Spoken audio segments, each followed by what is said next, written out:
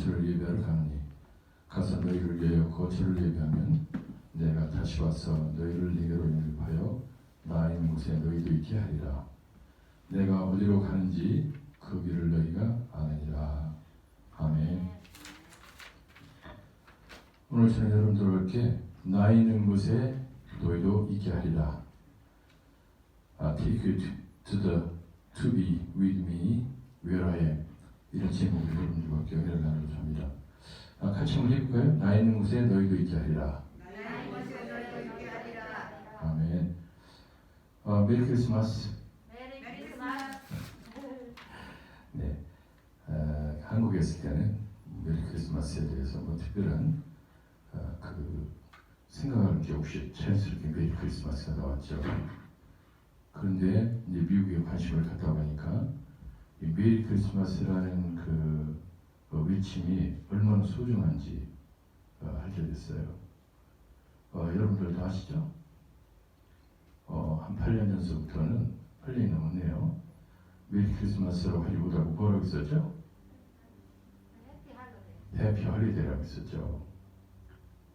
이렇게 크리스찬들이 메리 크리스마스 성탄을 축하합니다 라고 하는 그것을 인위적으로, 사람이 인위적으로 그걸 못하게 홀리데이로 하라고 이렇게 했었잖아요.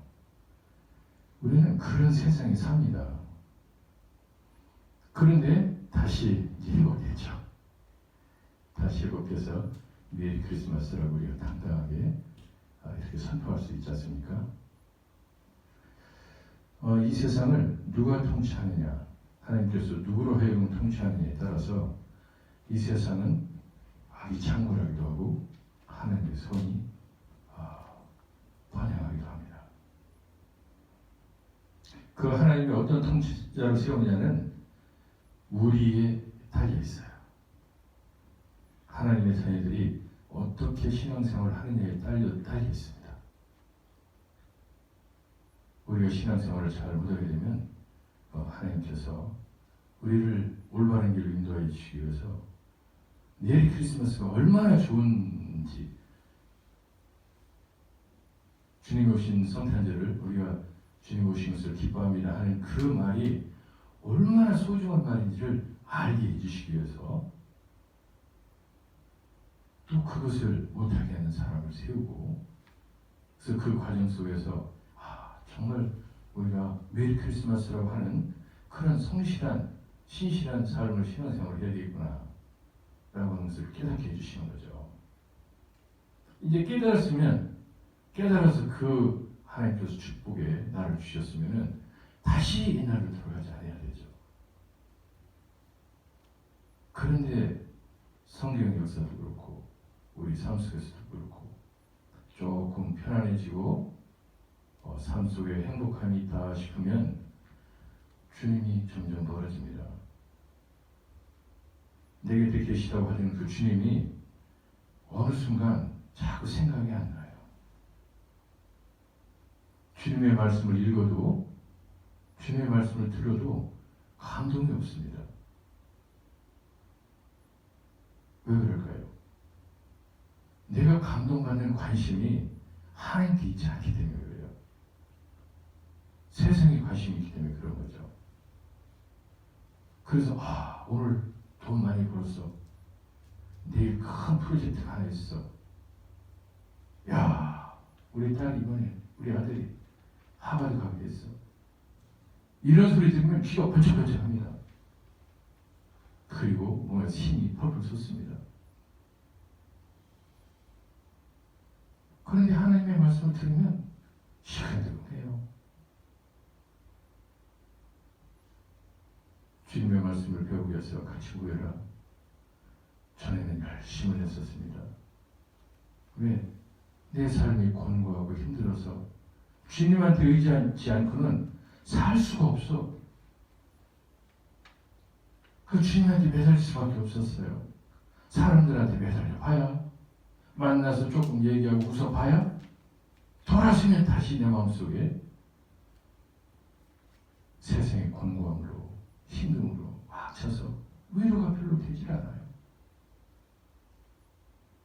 그 사람은 술도 한번 마셔보고 술 깨면은 속만 뒤집어지고 하나도 해결된 거 없어요. 근데 또 마셔. 그러다 알코올 중독이 돼가지고 폐인이 거예요. 어떤 사람은 에이, 세상에 다 있자 하고 가서 한번 땡겨. 한번 땡기면 괜찮아.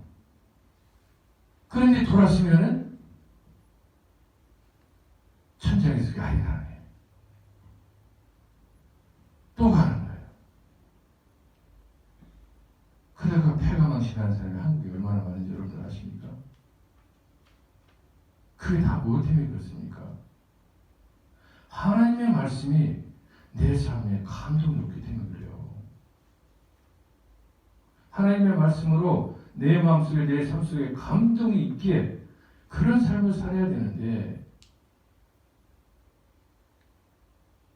세상에 너무 묻혀있는 것이죠. 그새 성탄절, 과거에 성탄절 주면은 어땠습니까? 예수 안 믿는 사람들도 데려왔어요. 그래서 그 한국에는 어려울 때는 초코파이 하나 먹기 힘들으니까 시골에서 그날 되면은 초코파이 선물 사다 놓고 동네 안 믿는 아이들도 다 오게 하는 거죠. 요즘에는 물질이 풍부해졌죠. 초코파이 먹으러 오라고 해가지고는 다 웃고 안 오죠. 삶의 풍성함 때문에 하나님 앞에 오는 발걸음들이 줄어든 거죠. 그런데 예배당이 텅텅 비는 거예요. 그런데 그렇게 해서 세상에 소망을 가지고 세상락을 누리면 정말 모든 것이 해결될 때냐? 그렇지 않은 걸 우리가 다 깨닫고 있잖아요. 그래서 하나님께서는 하나님의 자녀들이 그런 곳에 빠지면 또 가끔은 생활 중에 큰 혼란을 일으켜서 술 가지고는 도저히 안 돼. 세상의 나를 따라서 음탕하고 방탕한 생활을 해가지고 그거는 결코 안 돼. 라고 하는 것을 깨닫게 해주시려고 수시로 신실한 성도들을 통해서 그러면 안 돼. 다시 회복하자. 이런 메시지를 들려줍니다. 그런데 한번 연락이 빠지면 그 귀에 그 소리가 안 들리죠. 그러다가 실컷 도저히 이제 감당할 수 없는 그런 힘든 일이 닥치면 그때서 아직도 그 안에 믿음이 겨자씨만하게 살아있는 사람들은 그때 하나님을 알게 돼요. 아, 내가 과거에 믿었던 하나님, 내가 옛날에 그렇게 힘들고 어려울 때 그 하나님 앞에 나가서 위로받고 살았었는데 내가 왜 그 하나님을 잊어먹었을까? 그렇게 해서 깨닫고 속히 돌아오는 사람이 있는가 하면은 그걸 깨달았는데도 불구하고 발걸음을 늦추는 사람들이 너무나 많아요. 근데 속히 오는 사람들의 특징이 있어요. 누군가가 그 사람 귀에 계속 얘기를 해주는 것입니다. 주님 앞에 나가자. 주님 앞에 나가야 삶의 곤감이 해결돼요. 그런 말을 전해주는 사람이 그 옆에 있는 사람은 속히 돌아옵니다. 그런데 그 주위에 아무도 그렇게 얘기해주는 사람 없으면 어떤 사람은 결국 하나님 앞에 돌아오지 못하고 그냥 세상을 마감하는 사람도 있죠. 그 들려주는 역할을 하나님께서 우리한테 해주신 거예요. 여러분들한테 해주신 것입니다. 여러분들이 입을 닫고 있으면 이 세상은 변화되지 않습니다. 어떤 사람들이 얘기하는 것처럼 하나님이 직접 그 사람한테 나타나서 얘기 좀 해주지. 그러려면 예수님 이 땅에 오시지도 않았어요. 뭘 예수님 이 땅에 오십니까? 그냥 하나님께서 하늘에서 다 사람들 각자한테 감동을 줘가지고 다 하나님 자녀되게 하지. 예수님을 이 땅에 보내주신 것은 예수님이 하시는 사람이 하는 그 목소리를 듣고 또 예수님이 양육하시던 그 제자들, 사람들 아닙니까? 그 입을 하나님께서 빌어서 세상에 사람들이 다시 회복되게 하시려고 그렇게 하신 거예요. 우리도 그렇게 세운 것입니다. 우리가 신앙이 어렸을 때는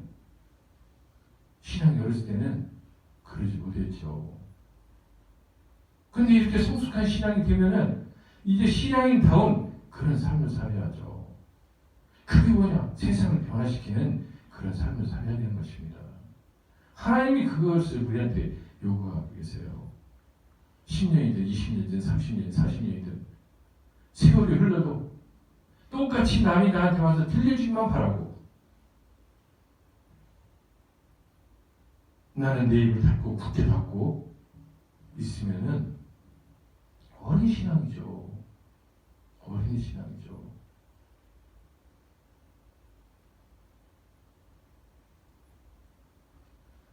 같이 신앙생활 하다가 돌아서는 사람들이 잘못된 길로 가면은 여러분들이 입을 열어야 됩니다. 주님이 그러셨어요. 모르고 행한 것은 용서받을 수 있다고 했습니다. 그런데 알고 눈 뜨고 다 보면서도 여러분들이 그걸 방치하면은 하나님께서 기뻐하지 않으세요. 나인 곳에 너희도 있게 하리라.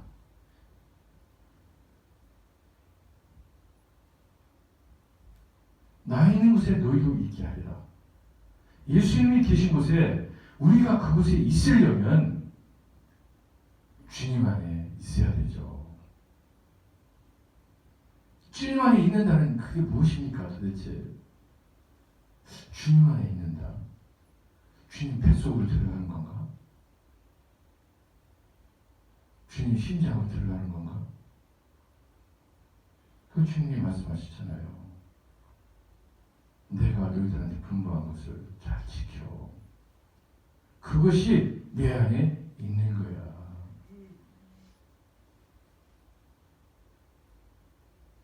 그 분부한 것이 무엇입니까? 예수님 오늘 14장부터 17절까지는요. 거의 다 95% 이상이 예수님이 직접 말씀하신 거예요. 몇 구절, 10구절 정도도 안 됩니다. 그거 빼놓고는 모두 다 주님이 말씀하신 거예요. 그런데 그 말씀이 십자가 해바적 시기 전날 밤에 그렇게 말씀을 많이 하셨어요. 그날 그렇게 기도도 하시고 그러시면서 계속 말씀하신 것이 무엇이냐면 사랑해라. 사랑해라. 서로 사랑해라. 그 말씀을 해주신 것입니다. 그러면서 주님 그래 나 이제 간다. 나 가는데 너희들 나 있는 곳에 그 어딘지 너희들 몰라. 올 수도 없어. 자꾸 이런 말씀만 하세요. 지난주에도 그런 말씀 하셨잖아요. 그러니까 베드로가 나서서 뭐라고 했죠? 주님 어디로 가시나이까? 한번 해보세요. 주님 어디로 가시나이까? 네, 이렇게 물어본 거예요. 주님은 어디로 가시는데 가시는 데를 말씀을 안 하시는 거예요. 그러니까 주님이 가실 곳을 대강 말씀을 해주세요.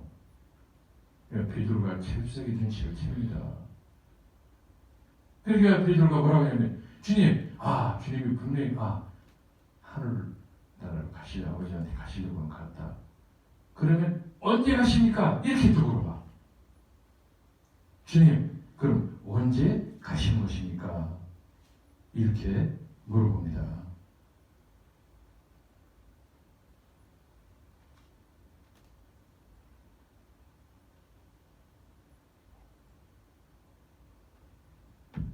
오늘 그 해답이 바로 이 말씀의 해답입니다. 지금 제자들이 다 근심하고 있어요. 예수님께서 어디로 가신다고 그러니까 다 근심하고 있는 것입니다. 그리고 그곳에 너희들이 올 수가 없어. 그때도 언젠가인지 또 말씀도 안 해주셔. 근데 대강 제자들이 생각을 해보는 거예요. 추측을 해보는 거예요. 예루살렘으로 올 때부터 주님이 말씀하셨던 것들이 자꾸 생각나는 거예요. 그리고 이렇게 바로 몇 시간 안에 몇 번이나 내가 어디로 갈 거다. 내가 유대인들한테 얘기했던 것처럼 내가 어디로 가긴 가는데 너희들이 거기로 올 수 없어. 자꾸 이렇게 말씀하시고 이렇게 내가 알 수 없는 곳으로 자꾸 간다면 우리도 추측할 수 있지 않습니까? 그 통계에 보면 그런 게 있다고 해요. 사람이 자살을 하려고 그러면은 계속 그런 메시지를 사람들한테 남긴답니다. 그래서 그걸 빨리 캐치하는 사람은 그 사람의 심리 마음을 돌이켜서 자살을 이제 예방할 수도 있는데 자기의 죽음에 대해서 자꾸 얘기한다는 거예요. 예수님은 그런 의도의 알림이 아니죠. 제자들한테 내가 곧 해를 당하더라도 무슨 일이 있더라도 너희들은 걱정하지 마라. 이 말씀을 해주시려고 염려하는 것을 없애주시려고 자꾸 말씀해 주시는 거예요. 오늘 갑자기 그 일 당하면은 황당하잖아요. 저는 그렇게 생각합니다. 그래서 오늘 1절에 보니까 그렇게 말씀하시는 거예요. 너희는 마음에 근심하지 말라. 너희가 하나님을 믿고 있잖아? 그런데 나를 믿어. 나는 누구로부터 왔다? 나는 아버지로부터 왔어. 아버지를 본 사람만이 그 아버지를 알아. 근데 나는 아버지를 알아. 이 말씀을 제자들한테 그동안 여러 번 말씀해 주셨잖아요. 그 제자들은 우리가 지금 얘기하는 소위 구약, 올드 테스트먼트. 당시에는 구약이라는 게 있었습니까? 구약, 신약이라는 게 없었어요. 그 제자들한테는. 그 제자들한테는 오직 구약에, 우리가 지금 소위 얘기하는 구약의 성경밖에 없었습니다. 그곳에 있는 그 하나님만 그들이 알고 있었던 거예요. 그런데 예수님을 만나면서 어렴풋이 하나님의 아들이 이분이구나. 그리스도 메시아가 이분이구나. 어렴풋이 아는 거예요. 아직 확실히 몰라요. 확실히 알면은 주님한테 주님 어디로 가시냐고 하는데 어디로 가십니까? 물어볼 필요도 없어. 그건 하나님이니까 하나님 나라로 가시겠구나. 다시 가시겠구나. 그러니까 예수님이 그들에게 그렇게 얘기하는 거예요. 하나님을 믿으니 곧 나도 믿어라. 내가 너희들이 뭐라고 했어? 주님 그리스도시요 살아계신 하나님의 아들이라고 너희들이 고백을 했잖아. 그래서 내가 너희들한테 뭘 줬지? 땅에서 매이는 하늘에서 매이고 땅에서 풀리는 천국을 열고 닫고 하는 열쇠를 너희들한테 줬잖아. 그러니 너희들이 아버지를 믿으니 나를 곧 믿어야 된다. 내가 어디로 가더라도 결코 너희를 내팽겨두지 않을 것이야. 라고는 그런 걱정하지 말라는 말씀을 하십니다. 제가 정말 가끔 여러분들한테 그런 말씀을 하죠. 우리는 그 당시 12 제자보다 있잖아요. 정말 행복한 사람들이에요. 정말 운수 대통한 사람들입니다. 운수 대통했다니까 세상에서 무슨 하는 얘기 그렇게 저는 예수 안에 있으면 운수 대통해야 된다고 봐요. 왜? 운수 대통하게 하신 분이 내 아버지인데.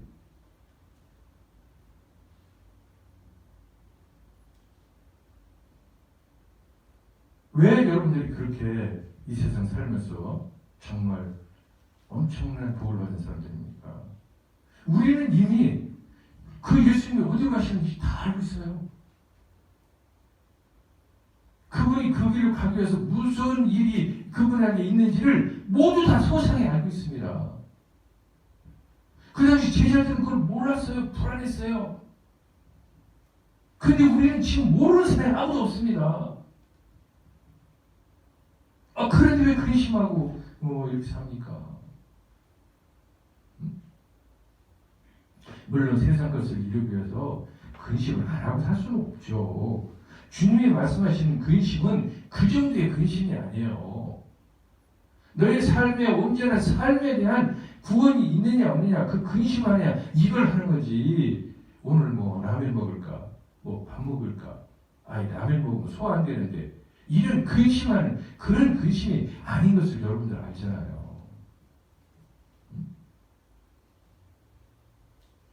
예수님께서 십자가에 못 박혀 돌아가신 거 압니다. 오늘 밤 이제 다른 유다가 데리고 그 군병 무리들, 제사장 분의 무리들한테 잡혀서 이제 빌라도 구청에 가서 죽임을 당하는 생 선고를 받고 거기서 가시별 유가를 쓰고 가시별 유가를 쓴 그 얼굴에서 피가 머리에서 흘러내리는 그 모습으로 그 빌라도의 법정에서 그 군인들한테 채찍에 맞아서 몸의 살점이 다 떨어져 나가지고 으깨지는 그 광경을 여러분들 다 아세요. 그 당시에 제자들 몰랐습니다. 오늘 이 말씀하실 때. 그리고 왜 그렇게 되시는지 우리는 다 알고 있어요. 그러니까 예수님께서 빌라도 법정에서 채찍에 맞고 가시말만 쓴 걸 생각하면은 우리 마음속에 감동이 밀려오는 것입니다.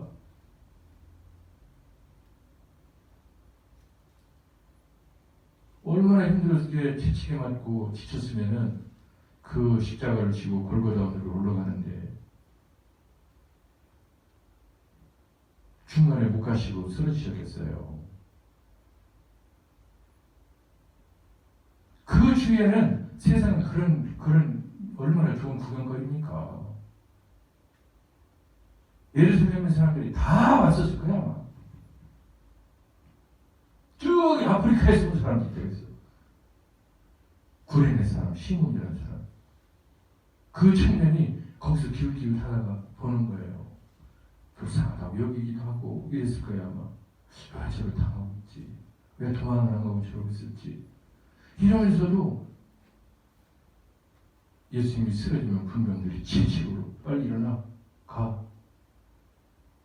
이런 모습을 보면서 도대체 어디까지 갈 건가? 이래서 지금 따라오는 거 아닙니까? 내 주님이 끝까지 못 가시고 쓰러집니다. 주님이 한참 젊을 때입니다. 그 십자가 하나 지고 골고다 언덕까지 못 가실 그런 분이 아니에요. 그런데 왜 쓰러집니까? 얼마나 심하게 맞으시고 고통이 심하고 있으면 그걸 짊어지고 못 가십니까? 예수님이 지금 그거 십자가 지기 싫어서 안 지고 가시나요? 아니에요. 예수님은 그 십자가를 지기로 이미 결정하시던 분이에요.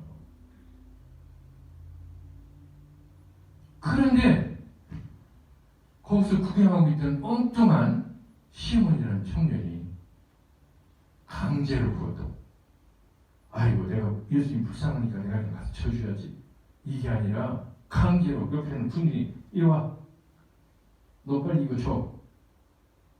당신은 그렇게 해서 앉으면 어떻게 된다? 혼나는 거예요.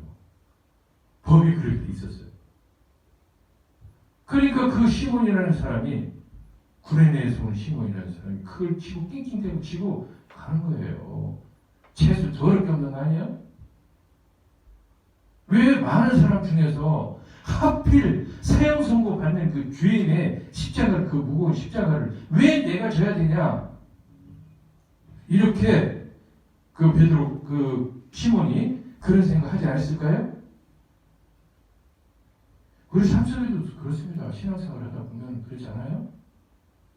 왜 많은 사람들이 있는데 왜 나만 가서 눈만 쳐야 돼? 응? 왜 나만 가서 자리 깎아야 돼? 왜 나만 가서 교회에서 봉사해야 돼? 다른 성도들 많이 있는데 응? 이런 생각 할 때 있잖아요? 없습니까? 없으면 참 귀하신 분들이세요.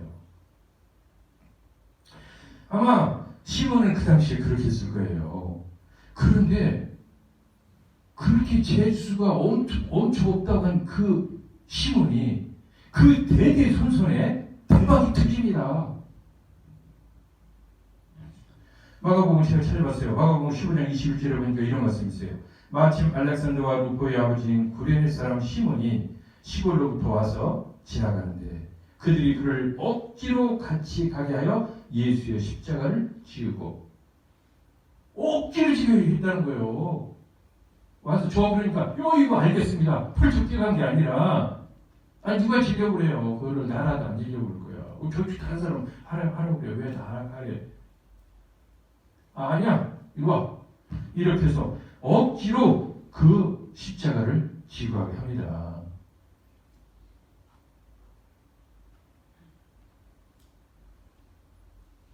그 사람은 알렉산더하고 루포라고 하는 두 아들의 아버지예요. 로마서 16장 13절에 보니까 이런 말씀이 있어요. 주 안에서 택함을 입은 루포와 그 어머니에게 문안하라. 그 어머니는 곧 내 어머니라.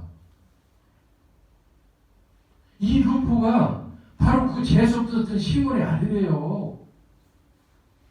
그리고 그 루포의 어머니가 그 시몬의 아내입니다. 그런데 그 위대한 사도 바울 선생님께서 그 시몬의 아내를 어머니라고 하고 있어요.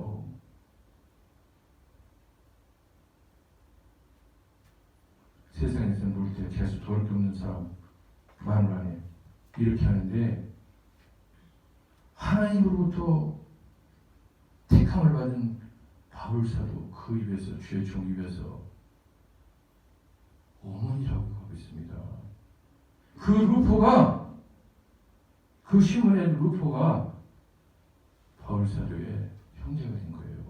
놀라운 일 아닙니까?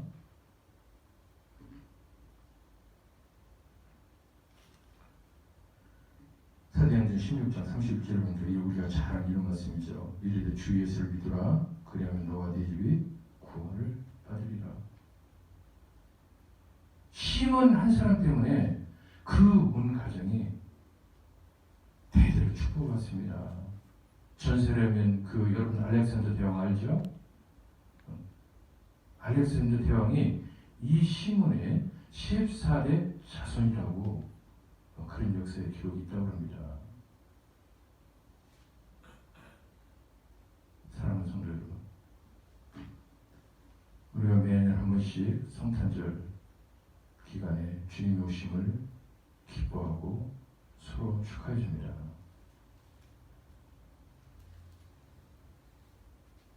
우리는 정말 대박 터진 사람들이에요.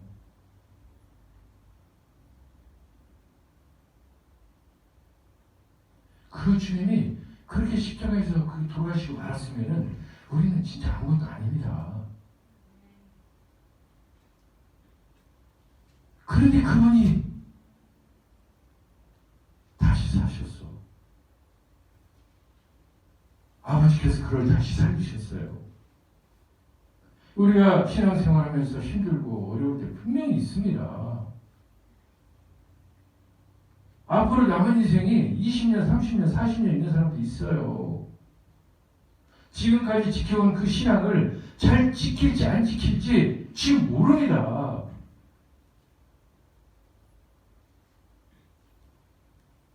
주님이 해받으시고 부활하시고 그분이 승천하시고 그분이 올라가실 때 다시 오시겠다 약속해 주시고, 그리고 그분이 우리에게 성령을 보내주시고, 이런 게 없으면은, 그런 체험을 하지 못하고 그걸 모르면 우리는 인생 중에 조그만 공부함이 오면은 이제 시간이 갈수록 신앙이 약해지고 주님을 잊어먹습니다. 그런 사람이 얼마나 많습니까? 그래서 그걸 잊어먹지 말라고 매주 그냥 목사들이 주님이 어떤 분인지 얘기해주고 있고, 그 아버지가 어떤 분인지 얘기해주고 있고, 그걸 알려고 자꾸 그 아버지가 얘기한 걸 좀 봐.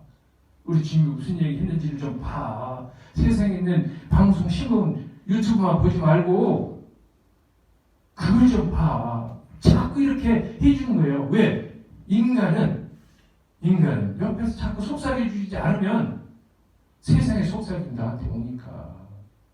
응?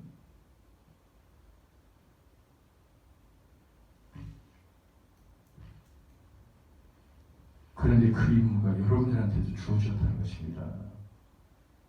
여러분들이 하나님께서 오늘 말씀처럼 오늘 무슨 말씀을 하고 계십니까? 내 아버지 집에 거할 곳이 많도다. 그렇지 않으면 너희에게 일렀으리라.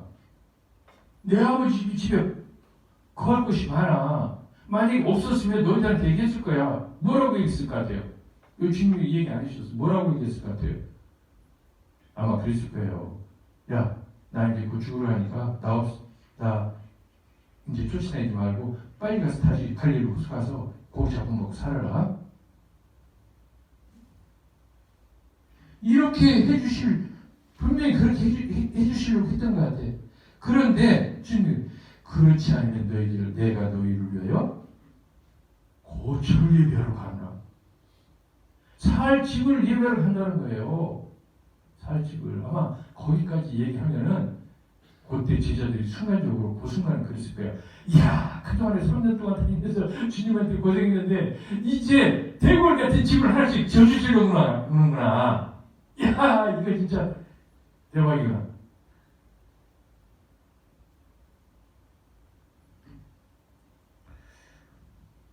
물론 주님이 그렇게 해줄 수도 있어요.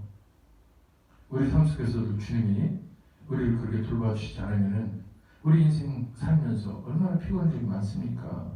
우리가 기도가 무엇입니까? 매일같이 주님을 찬양하는 기도만 합니까?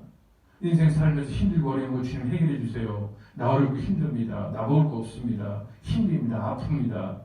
내 자식들 문제가 있습니다. 뭐합니다. 이 세상에서 해결해야 될 것들에 대해서 얼마나 많이 주님께 기도를 하십니까? 그런데 하나님은 그 기도를 하라고 했어요. 하지 말라고 그런 게 아니에요. 하라고 그랬습니다.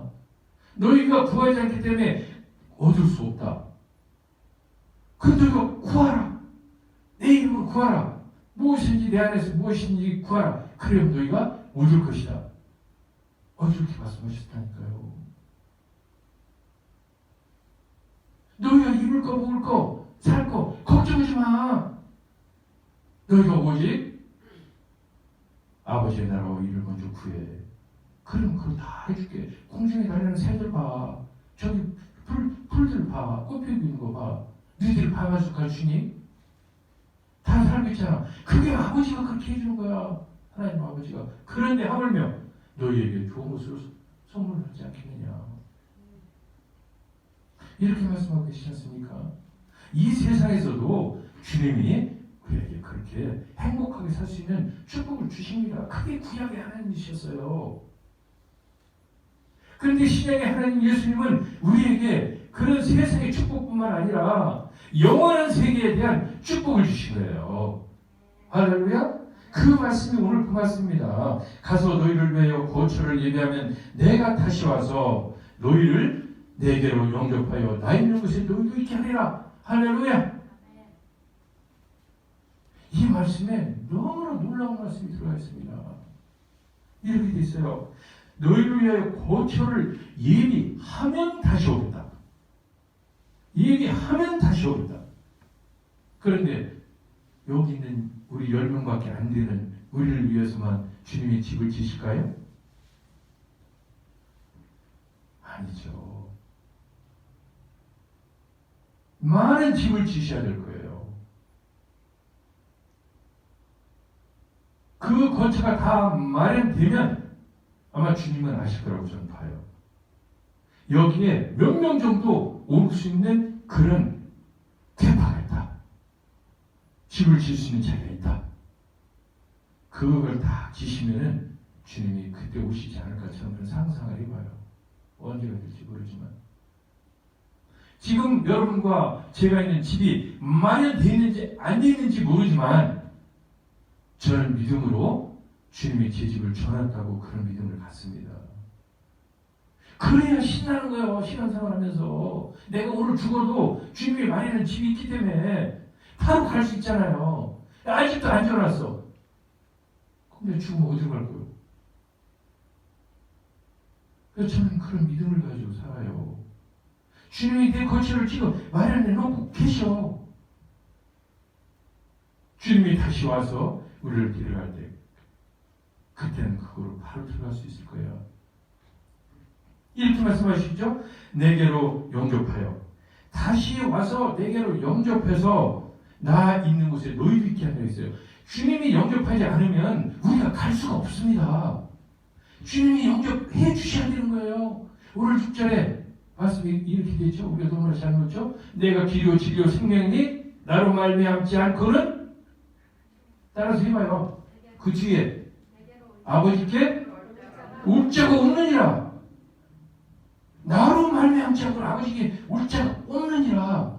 이게 바로 그 말씀이에요. 다시 와서 너희를 내게로 영접해서 주님이 영접하지 않으면 우리가 그 집에 들어갈 수가 없는 것입니다.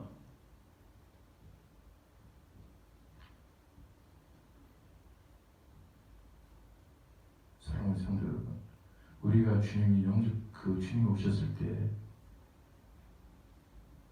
내 이름을 부를 때, 그때 주님이 오셨을 때 내 이름을 부르게 해 주십시오라고 오늘 이 자리에 계신 거 아니에요? 그 소망 가지고 사는 거 아닙니까? 여기 와서 이번 달에 좀 매출 좀 많이 올리게 해줘. 애들이 좀 잘 돼가지고 나한테 용돈 좀 많이 주게 해줘. 그것도 당연히 해야죠. 그렇지만 더 큰 게 있기 때문에 세상의 모든 것을 다 풍겨쳐오고 달려올 수 있는 거예요. 그 아버지 함께 모여서 형제 자매들 함께 모여서 아버지를 경배하고 찬양하고 예배드리는 그곳에 가면은 아버지가 더 기뻐하시고 아버지를 더 기뻐하게 하면 아버지께서 나한테 주는 축복이 내 생명이 끝나는 후에도 계속 지속될 거야. 나는 아버지를 끝까지 내가 생명을 다할 때까지 아버지를 기쁘게 해드려야 돼. 그래야 그때 주님이 그 아들이신 독생자 우리 주님께서 와서 아버지가 기뻐하신 자들아 내게로 와. 인생 살면서 고생했지? 영접, 웰컴. 그냥 오라 이게 아니라 영접. 그걸 받는 겁니다. 그 소망을 가지고 달려오는 거예요.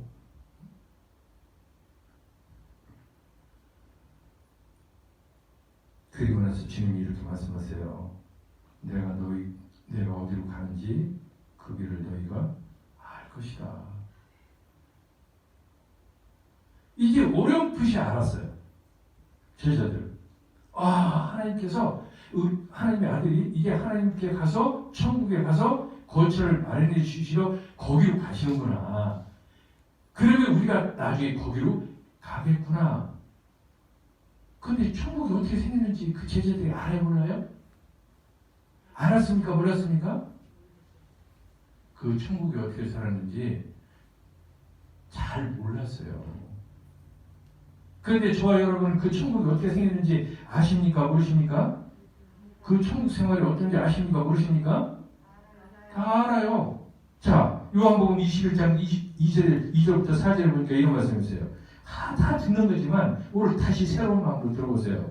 또 내가 보매 거룩한 성 새 예루살렘이 하나님께로부터 하늘에서 내려오니 그 준비한 것이 신부가 남편을 위하여 단장된 것 같더라.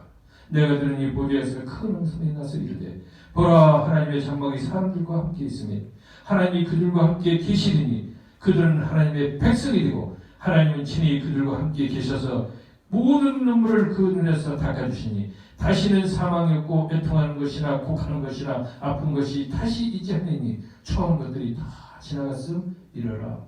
할렐루야. 요거는 약과야. 이 말씀. 그 예루살렘성이 어떻게 만들어졌는지 어떤 금은 보화로 만들어졌는지 우리는 다 알고 있어요. 요한계시록 1장부터 마지막까지 천국이 어떻게 생겼는지를 다 보여주고 아시게 했어요. 그 당시 그 제자들보다 말할 수 없는 우리의 복음을, 축복의 말씀을 우리가 듣고 알고 있는 것입니다. 예수님을 3년 동안 따르며 죽도록 고생했던 그 제자들도 이 말씀에 힘을 얻고 생명을 바치는 그런 순교적인 삶을 살잖아요. 그런데 우리는 이렇게 더 큰 축복의 약속을 확실히 받고 확실히 우리 귀에 듣고 읽고 있는데 어떻게 주님으로 앞으로서 보낼 수가 있습니까? 어떻게 주님으로부터 멀어지는 사람들을 너 죽거나 말거나 네 마음대로 해. 이렇게 팽개칠 수가 있습니까? 이렇게 축복을 받았으면 우리가 그 최소한 인생 살면서 그 조금은 다 해야 되잖아요. 다른 못 갚더라도 주님처럼 십자가에 못 박혀서 죽지는 못하더라도 조금 흉내내도 되고 살아야 되는 거 아니에요? 그게 우리 삶 속에서 주님을 전하는 거예요. 기도하고 찬양하고 예배드리는 건 당연한 거예요. 그거는. 그것도 안 하면은 자격도 없어요. 그 위에다가 플러스 세상을 살리고 나를 살리는 이 복음을, 주님의 그 말씀을 가서 여러분들이 세상 사람들한테 담대히 전할 때, 그때 하나님께서 우리가 성탄절 맞이해서 성탄 찬송가 부를 때 그때 기뻐 받아주시는 거예요. 응? 그런 거 하나도 안 하면서 와서 주님이 탄생한 거 기쁜 척 하고 찬송가 맨날 불러봐야 주님 기뻐하지 않습니다.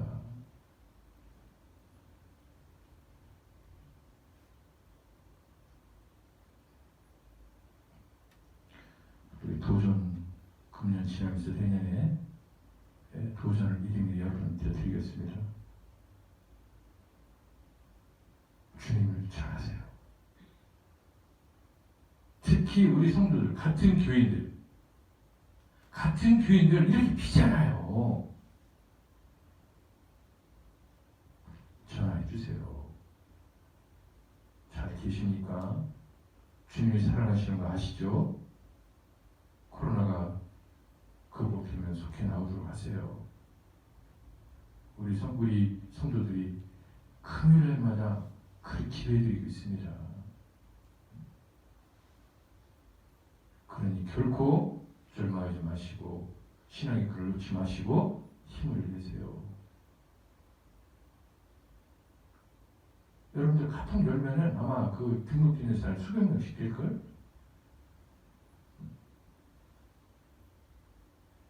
말씀 전하세요.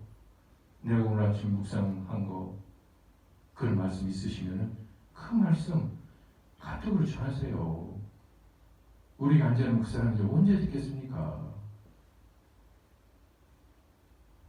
그런 여러분들 되셔서 이번 주 금요일 날 성탄절 예배 드리러 오실 때는 주님이 기뻐하신 모습으로 여러분들 이 자리에 오시기를 예수 그리스도의 이름으로 축원합니다. 그 선물을 들고 오시기 바랍니다.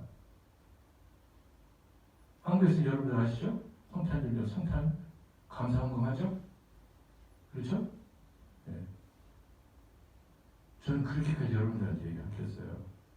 그렇지만 여러분들이 정말 주님이 기뻐하시는 선물을 들고 오시기 바랍니다. 그 선물이 무엇입니까? 오늘부터 가시거든 금요일까지 아는 모든 사람들에게, 카톡에 있는 모든 사람들한테 주님이 오신 그 성탄의 메시지를 전해주세요. 그 말씀을 담대하게 전해주시기 바랍니다. 그게 주님이 가장 기뻐하시는 선물일 겁니다. 10사람한테 그렇게 해서 전한 메시지를 가지고 오시면 주님이 더 기뻐하시고 100사람한테 하면 주님이 더 기뻐하실 테고 그런 풍성한 선물을 가지고 우리 성탄절 축하 예배를 같이 여러분들 드려주셨으면 좋겠습니다. 그리고 그것이 아주 습관이 돼서 평생 동안 살아가면서 그런 전도적인 삶을 사는 여러분들 되시기를 예수 그리스도의 이름으로 축원합니다. 기도하겠습니다. 전능하시며 좋으신 하나님 감사합니다. 주님이 이렇게 우리에게 귀한 정말 엄청난 약속을 해주셨습니다. 주님이 우리가 영원히 구할 초소를 마련해 주시고, 그러니 주님이 하늘을 만드셨으니 얼마나 아름답겠습니까? 이 세상에 살면서 24평 아파트만에서도 너무 행복하고 기쁜데, 하늘나라에 영원히 구할 수 있는 제 거처를 마련해 주시기 때문에 하나님께서 약속하셨으니 신실하신 하나님이 분명할 줄 믿습니다. 그것을 우리를 영접해서 그것에 우리와 함께 있으시겠다고 약속해 주신 우리 주님, 십자가에 못 박혀 들어가셔서 우리를 죄를 사해 준 것만 해도 너무나 감사한데, 말할 수 없이 기쁘고 깊은 그 천국에 제 집을 마련해 주시고, 어느 날 때가 되면 오셔서 우리를 영접해서 그곳에 있게 해주신다, 이렇게 약속을 해주셨으니 하나님 정말 감사드립니다. 주님 감사합니다. 우리가 이 약속의 말씀을 굳게 붙잡고 이 세상 살아가면서 어떤 환난과 풍파가 닥치더라도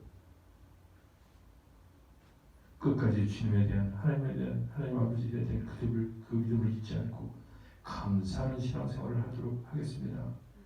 우리가 잘 그걸 이겨낼 수 있도록, 그 믿음을 지킬 수 있도록 오늘 또 주님이 약속하신 성령으로 하나님의 백성들을 충만하게 하여 주시옵소서. 우리 주님 나사렛 예수 그리스도의 이름으로 기도드립니다. 아멘.